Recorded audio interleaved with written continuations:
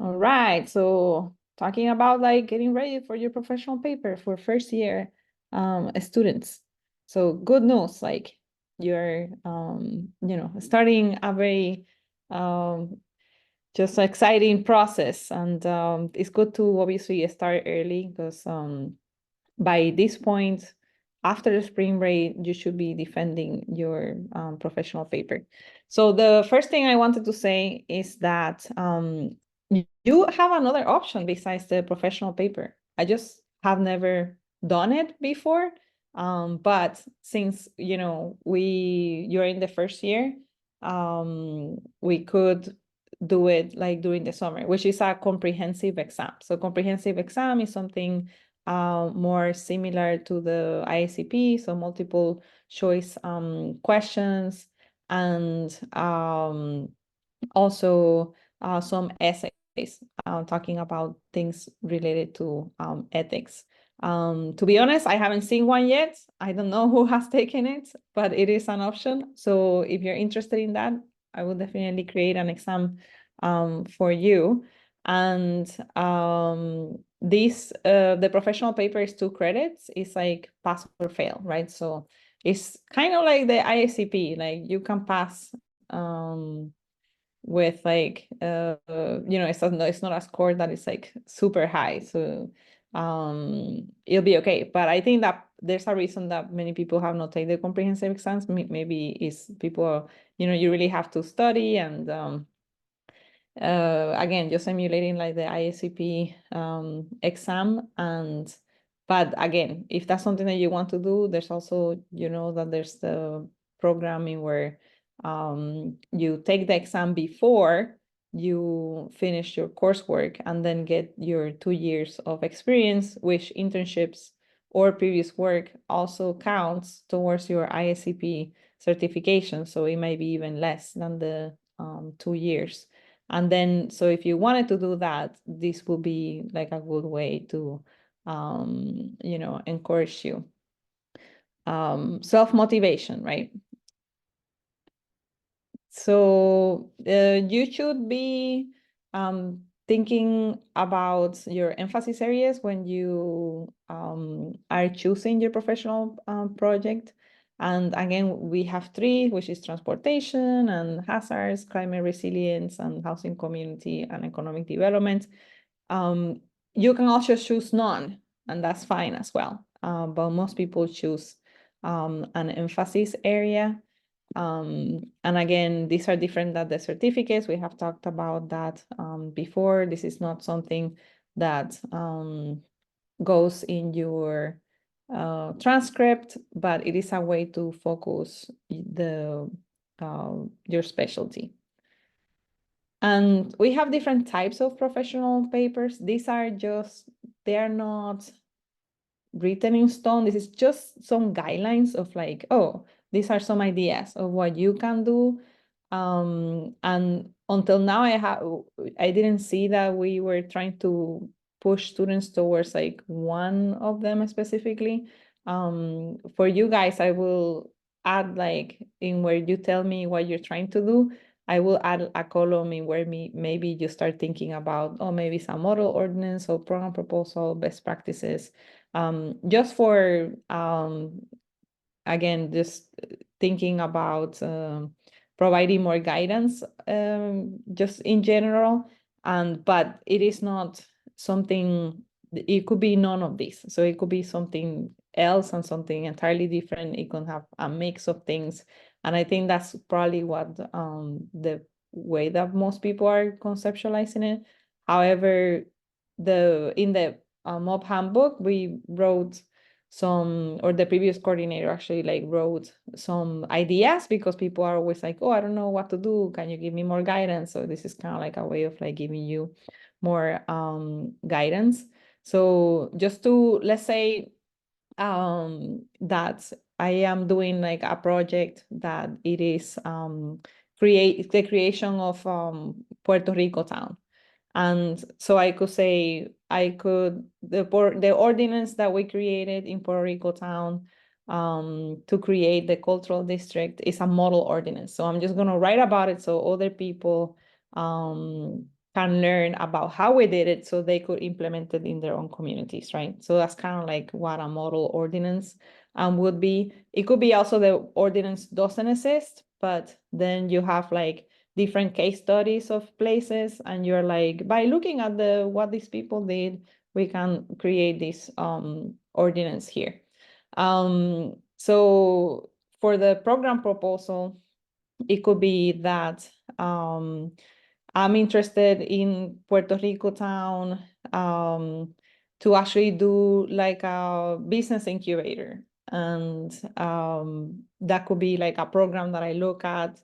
But if that's economic development, right? But maybe you're interested in other things like maybe my program proposal is about putting in there some bike lanes and just like ride shares, just like moving the businesses into parking spots in where they put like tables. So it could be like any program proposal that I might envision. Then in terms of like best practices, I could investigate which other places have done best practice, have done like or implemented things for X, Y, and Z. So I could do it for again, just something related to fostering businesses in that area or creating better transportation. And then you have the small area plans. A small area plan, it might be that I'm looking at all aspects of housing, transportation, and economic development, and also something related to the environment, right? Reducing pollution and whatever that might be at the scale of the Puerto Rico town. And then we have the program or policy evaluation. I could be like, we already implemented the model ordinance of Puerto Rico town for creating a cultural district. Now we are going to evaluate if it has worked. Or you can do it for programs. You can be like, we implemented such program. We're trying to see if now that worked. The meta-analysis is more of basically like a literature review. I feel that the most of students like end up doing this, but again, this is kind of what I have seen so far. And the original research is like, if you're really interested in doing a PhD later, this is a good idea. So original research is like, I have like a research question, and then in this case, I could use do a qualitative or quantitative analysis to answer that. I might have some hypotheses and so on. You can look at these ones in the handbook. And again, these are just like general ideas, but I will create a column that it says this is kind of what I'm trying to do, just to try to help you a step further. But do not take this as like this is something that you must do and it must be like this thing, all right, so the professional paper is like evaluated. Again, it's like pass or fail, and it's like 2 credits, and it is evaluated on the Planning Accreditation Board standards, and it is based on skills, values, and knowledge. So basically, all your classes are also trying to hit some of these goals. For example, something related to values, it would be something related to justice, equity, diversity, inclusion, sustainability, and ethics. So it's important that it doesn't matter what you do, in which concentrations and emphasis area, you do talk about these issues. And you demonstrate that you know about the history, theory, law, institutions, and urban and regional development. So that's part of the knowledge. And you also demonstrate some skills. So you either do something that you're engaging the community, or thinking about the process of that. You are using GIS, other mapping, maybe some of your design skills. And obviously skills, it will be like the writing skills, making tables, data analysis, things like that, or exercising your leadership is misspelled here.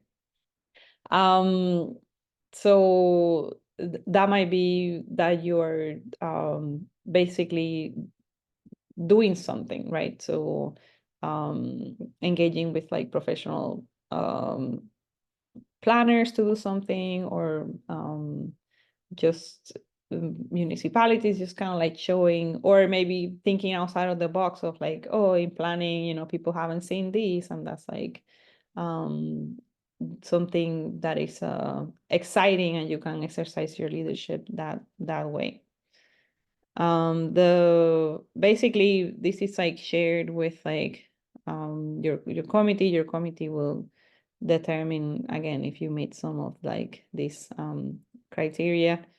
The good thing is usually the committee doesn't let you defend with a date if they don't think that you're ready. Actually, that's like one of the things that we ask, like after people see it, like, are they ready? If not, do we give them time so you don't fail? So for the first year milestones, so looking at the second semester,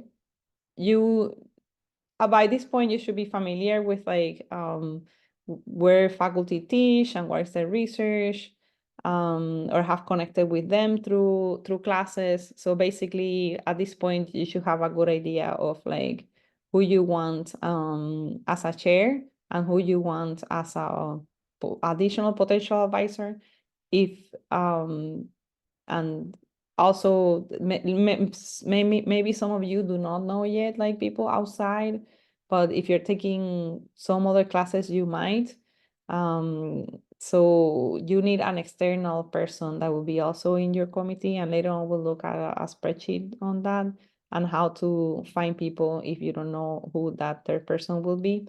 We'll go that in a minute, but again, that's kind of like what we are doing, just choosing your committee, choosing a possible title of your professional project, creating an abstract, even if it's like just something very tentative. And other things that you should be doing is like submitting a degree plan. There's a link in there in like DPSS. So that's basically you saying these are the courses that I am planning to take. And there's like a special guidance for international students that you must do this degree plan before you do your summer internship. So for the other students, it'd be a good idea to do it, but you might do it early in the fall semester. That would be fine. And then the important thing is that you will not be able to register for classes without doing this like the degree plan. And then that's kind of like just more general, the things that you should be doing as a first year. So now we are going to look at the professional paper timeline. So again, we're doing this on March of the first year, having this meeting, and then on April, I need to move like this bar. You should submit an abstract and a preferred committee members to me. So there's a spreadsheet for that. I am going to do this until the end of April. So I'm going to give you until the end of April. So you have like March. I know that March, with the spring break, it's not like you can really communicate with professors during this time, and everybody's doing midterms. But then you will have, about like 6 weeks or so to like talk to professors and see if they will be, again, willing to be in your committee. Think about what might be your topic. Generally speaking, it might change, right? So the most important thing is that you think about what is the emphasis area. So if you're doing something with housing, it'd be a good idea you talk to me or Shannon, right? If you're doing something on transportation, then you might consider Tara or Way for that, right? So it's like, that's kind of the important part, that you at least identify. And the same thing, if it's like for your second professor, it would be someone that is in that specialty. But it might vary also in terms of methods. So you might be like, oh, I really need someone that really knows GIS. So you might invite Doug to be part of their committee, or Nathaniel, those methods that he talked about in class, I kind of need that. So that's kind of like the way to think about your committee. And then by May, beginning of May, when you're already like, yay, we're done, I will give you more work by saying like, okay, this is your we kind of like confirm like who is in your committee. And by my more work, I mean, it's like in the summer, you should be thinking about this, right? You should be thinking about your project. And also, by the way, like always, like a potential good idea is to do something that you did in your internship, because it will be something that is like more real, and that's something that you can explore with like the person that your supervisor in an internship. Can I do like something related to this? And it's again very helpful if you can sort of like double dip on that, right? So it's like you're doing your internship and you're also moving forward your project. And then I think, until now, these are kind of like, again, what you should be thinking about. Just, you can see what is the next steps, right? But just, yeah, it's just kind of like more specific things that you should have kind of like register for the class, right? And then that by when you should submit a full draft, which would be like a year from now. By when you should defend, which is the same thing a year from now. And that obviously other things that you need to do for graduation. So how to get ready for this. One of the things is that, yeah, you already know that the other students are going to be defending their their professional papers. So you should attend their presentations, and they're like on Thursday, March 21st, and then also the 22nd. So they're really around the corner. And they some of them are, and they're going to be in 302 and 303. Some of them are going to be private, and that's something that you should know. There's a form that you will fill out, just kind of, closer to the day. The students have not filled out. Most of them might have not filled out this form just yet. So the deadline is coming up soon, in where they say, do I want to do this presentation public or private? And as you can see, like if you go to this like QR code, or you type, this like tiny URL, you can see which students has said, they don't want anybody to join their presentations besides their committee. But some of them are open. I would say about half of them are open, probably about 8 of them that you can go. So you just definitely should go. And they're like only an hour. So I suggest that you go to maybe 2 of them, and like, one after the other, and see what the process is like.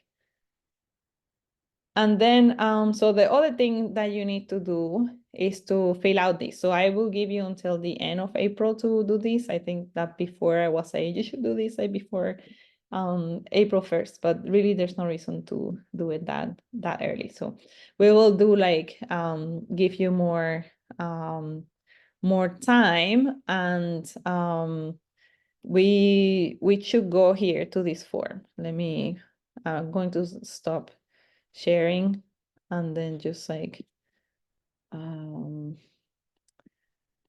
there to have this more ready. But I close all my windows.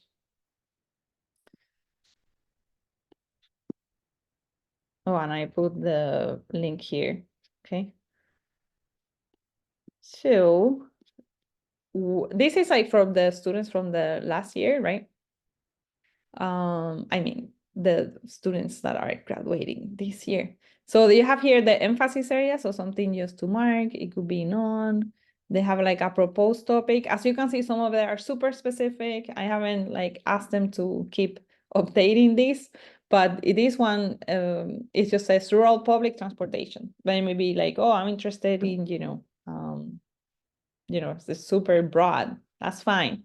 And then some of them are more specific with their actual titles. For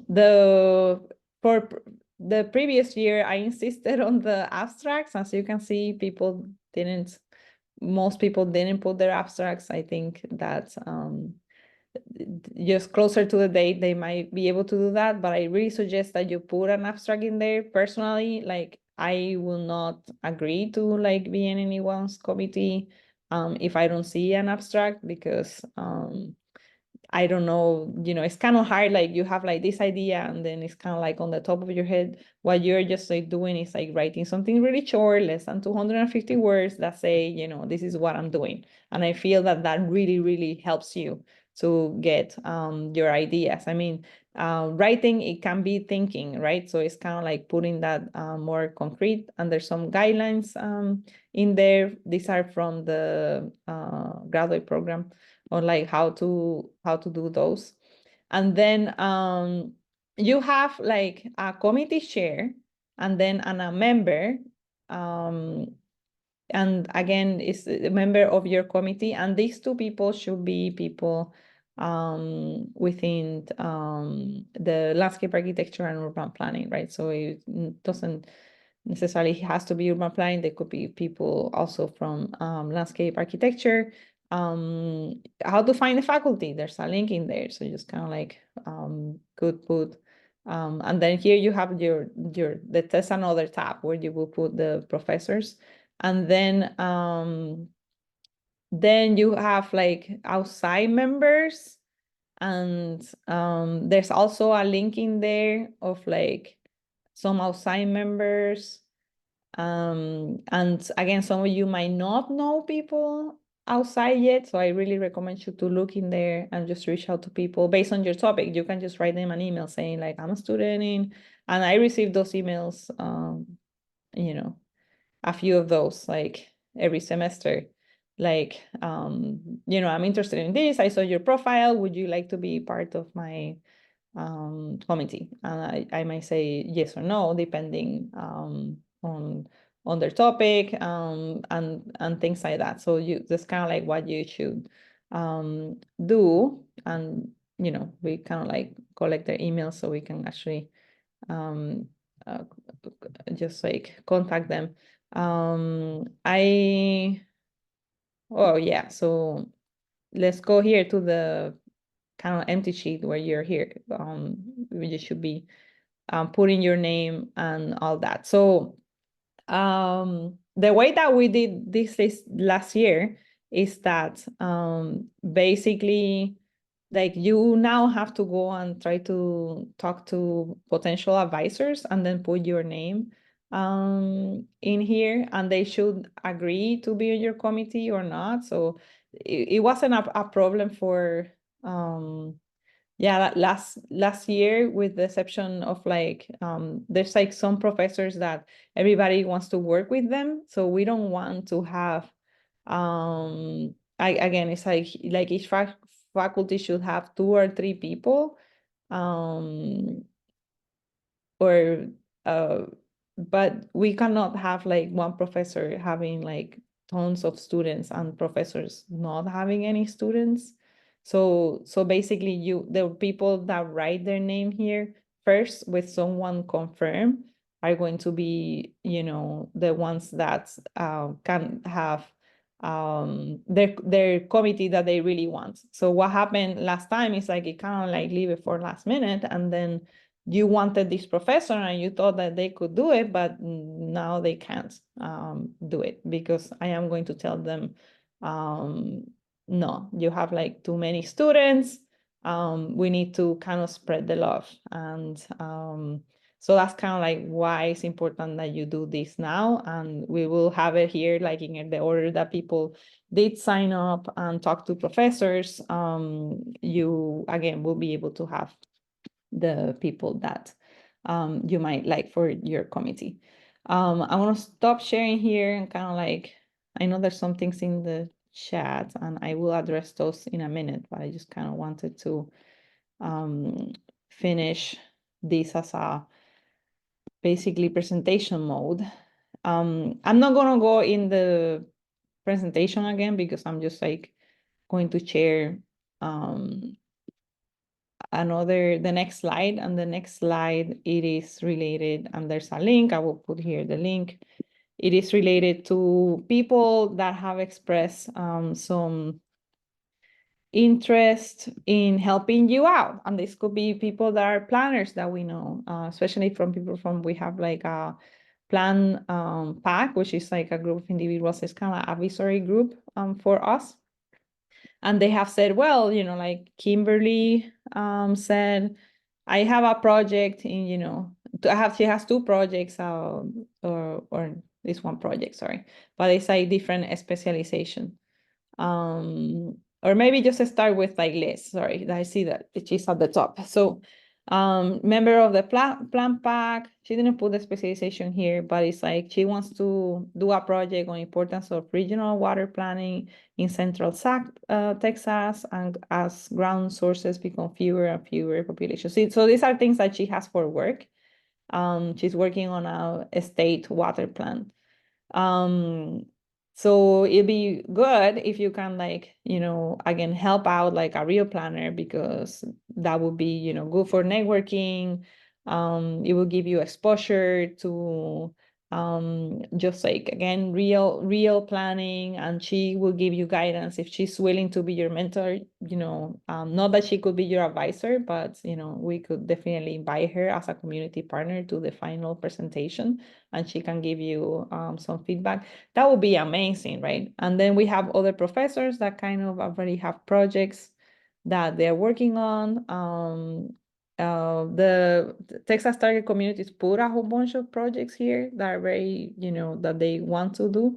The other thing is that, some of the projects in TTC, I have heard of students that started to work with them on a voluntary basis, and then later on got a job. So if you were interested in doing that, that would be like a good way, just kind of starting those connections. But I think, again, we have just different projects that you can choose. You can contact them, and then, obviously, if we have a faculty member that says here something like Tom Sanchez, then he will be your advisor, right? If you said, I saw that project that you were doing, would you be willing to advise me on this? And then the same thing for the other professors. And I think, is there like, let me see. I think that's it for the presentation. So now we will have some questions. I will stop the recording.